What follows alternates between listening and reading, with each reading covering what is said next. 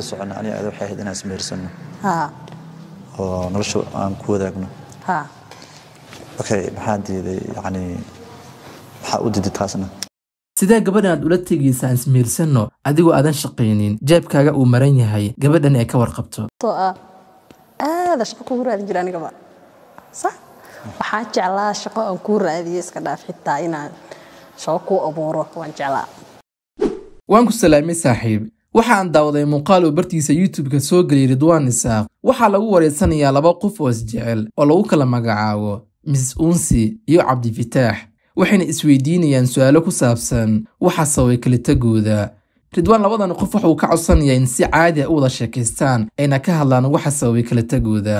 halkan ma rabo inaan kugu soo gudbiyo muuqaalka am reaction aan ka bixiyo laakiin waxaan rabaa inaan kugu soo gudbiyo saddex qalad uu galay Cabdi Fitaax uu ka galay gabadha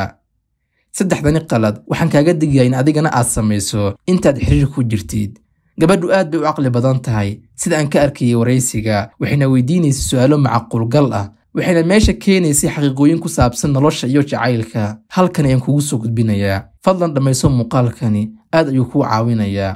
qaladka koowaad ee Cabdi Fitaax uu galay waxa uu yahay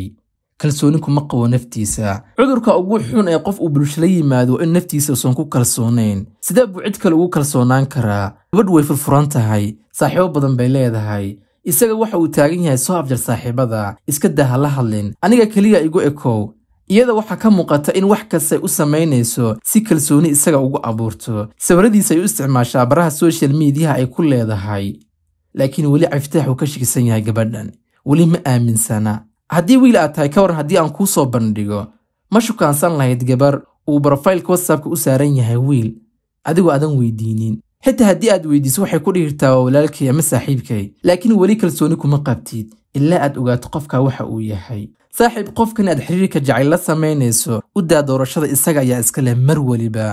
haddii qofkan uu doonayo wuu ku qiyaami karaa haddii qofkan uu doonayo daacad ayuu ku ahaan karaa haddii qofkan uu doonayo qof kale kulama simaayo intaasi waa doorasho qofka aad xiriirka la leedahay uu iska leeyahay adiga ma lihid u daa xorriyad u sii laakiin maalinta aad ka daba tagtid ee aad ka shakido ee aad wax badan isku walaaqdo su'aalo badan qofkani aad weydiiso qofkani waxa uu garowsanayaa inaadan naftaada ku kalsoonayn markaas waa muhiim in naftaada aad ku kalsoonaatid kuna kalsoonaatid cidda xiriirka kaala dhaxaysa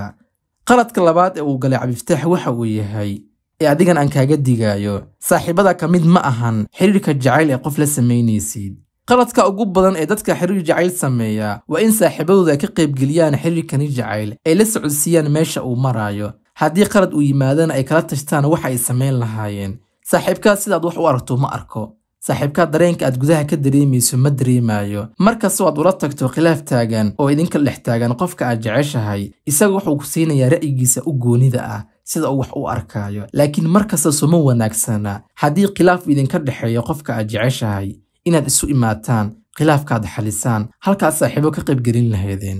saaxiibada marmarka qaar waa cadowgaaga kulama rabaan qofka aad rabtid laga yaabo in iyaga ay rabaanba saaxiib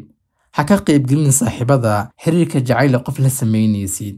u yeel xuduud aysan soo dhaafi karin heer aysan wax ku saabsan qofkaasi aysan kaala hadli karin markastoo ay ku soo sheeka qaadaan wax ku saabsan qofkaas waxaad ku dhahdaa baabka iga xir ma igala hadli kartid waxaasi qofkan si kasta uu yahay aniga ayaa ku raba aniga ayaa ku jecel marmarka qaar waxay kaaga keeni karaan warar been ah warar ay soo maqleen ama waxa ay dooni karaan inay isku kiindiraan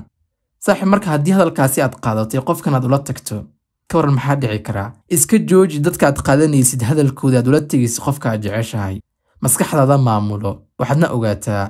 dadku qayb kama ahan xiriirka jacayl aad la sameynaysid qofkani qaladka saddexaad ee uu galay aan ka arkay muuqaalka markaan daawanayay waxa ay tahay jacaylku boos kasta ma buuxiyo si kasta qofkani u jeclow haddii qofkaasi noloshiisa aadan kaafi karin oo aadan kafaala qaadi karin markasta waxbaa dhiban adiga ayaa dhammaystirka lagaa rabaa gabadhu waxa uu ku dhahayaa Cabdi Fitaax aan ismeersano isagoo aanan shaqaynin isagoo waxba aanan haynin laakiin gabadhu waxay isweydiinaysaa أنا ما تيجي وإيكين جرت وصح وكتونا نايا دي جرتي أنا يرد إلما يرد هذا وكلت ويلو ذاك جرين أرنت سجلنا ويدي جرين لكن أنا لا سقاس كولا اللي جرم حاكو دي جري فتح حد دا اسمه رسنو وحبضنا وباهنا كودي جري صح إن عندنا وباهنا إن ilma dhalna wax badan u baahnaa marka waxa jeclaanay mar walba heerka hadda aan joogno heer ka sareeyo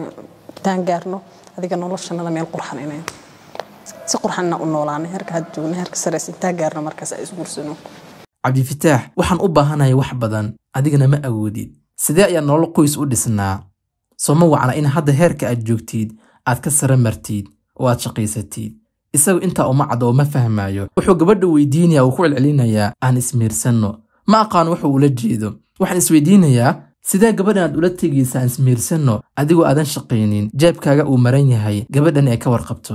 gabadhani waxay ka fikiraysaa dhinacyo kala duwan laakiin isaga waxa uu cadiyad kaliya jacaylku sidaa ma ahan jacaylku ma buuxiyo boos kasta jacaylku ma noqdo biil jacaylku ma noqdo shaqo jacaylku ma noqdo lacag laakiin qofkan haddii aad jeceshahay waxaasi oo dhan dartiis waad u samayn kartaa waad u shaqayn kartaa lacag aad siin kartaa waad biili kartaa halka aad joogtay aad horey uga dhaqaaqi kartaa jacaylku waa inuu kuu noqdaa waxa kugu dhiirigelinayo inaad dhaafto halka aad joogtid inaad ka sara martid ka waran qofku ag jooga oo kugu dhiirigelinayo inaad shaqaysatid laakiin adigaadan u soo jeedin soo qalad ma ahan qofaa ku garab taagan oo kule anaa dhinacaaga taagan ordoo soo shaqay ordoo halka aad joogtid ka sara mar ordoo nolosheena kaafi laakiin haddii intaasi aadan u jeedin ka waran arabtina iska daba meeraysato maxaad gabadhni ku bili doontaa marka aad guursato maxaad ilmaha dhalan doonaa aad siin doontaa oo aad kaga bixin doontaa iskuulka dugsiga maxay quudan doonaan ma ka fikirtay dareenka jacayl yuusan buuxin maskaxdaada yuusan kaa xirin albaabaha nolosha oo dhan haddii qof aad jeclaatid waa inaad ka fikirtaa qofkaas inuu nolol u baahan yahay inuu qofkaasi daryeel u baahan yahay in qofkaasi uu lacag u baahan yahay intaasi oo dhanna adaa lagaa rabaa adaa nin rag ah waa inaad shaqaysaa xirfado kala duwan barataa sida dhaqaalo loo sameeya maanta way fududahay laakiin dhalintiina badankiina uma soo jeedno weli waan huradnaa weli waxa aan fadhinaa halkii 3 sano ka hor aan fadhin jirnay weli dibad ayaan ciyaarnaa weli ciyaarahan daawannaa oo saacado badan ku dhiminaa oo haddana falanqeynaa annagoo og inaan broog nahay annagoo og in jeebkeenu uu maran yahay annagoo og bishii in hal income uuna soo galaayo ma inkamkaasa noloshaada dhan kaafin kara ma rabtid miyaa in noloshan aad ku raaxaysato ma rabtid miyaa in gabadhu ay kugu faanto marka waddada aa maraysa lagaa garto gaariyaaga uu ka duwan yahay gawaarida kale aad u dalxiistagi karto halka aad rabtid haddii sidaa aad doonaysa saaxiib baro xirfadaha adduunka maanta horumarka badan laga gaaraya xirfaduhu aad bay u tira badan yihiin xitaa hal xirfad daabirtu way kugu filan tahay oo lacag fara badan ayaa laga sameeyaa saaxiib fadhiga ka kac jacaylku ma buuxiyo boos kasta gabadha aad jecesha adoo arkaysa ayay kaa tegaysaa haddii jeebkaaga uu maran yahay waxayna kaa raacaysaa mid kale oo jeebkiisa uu buuxo keliya kugu dhaamo jeebka adiga ayay kuu tahay inaad sii fadhiisid meeshaad hadda joogtid iyo inaad ka kacdo nabadiino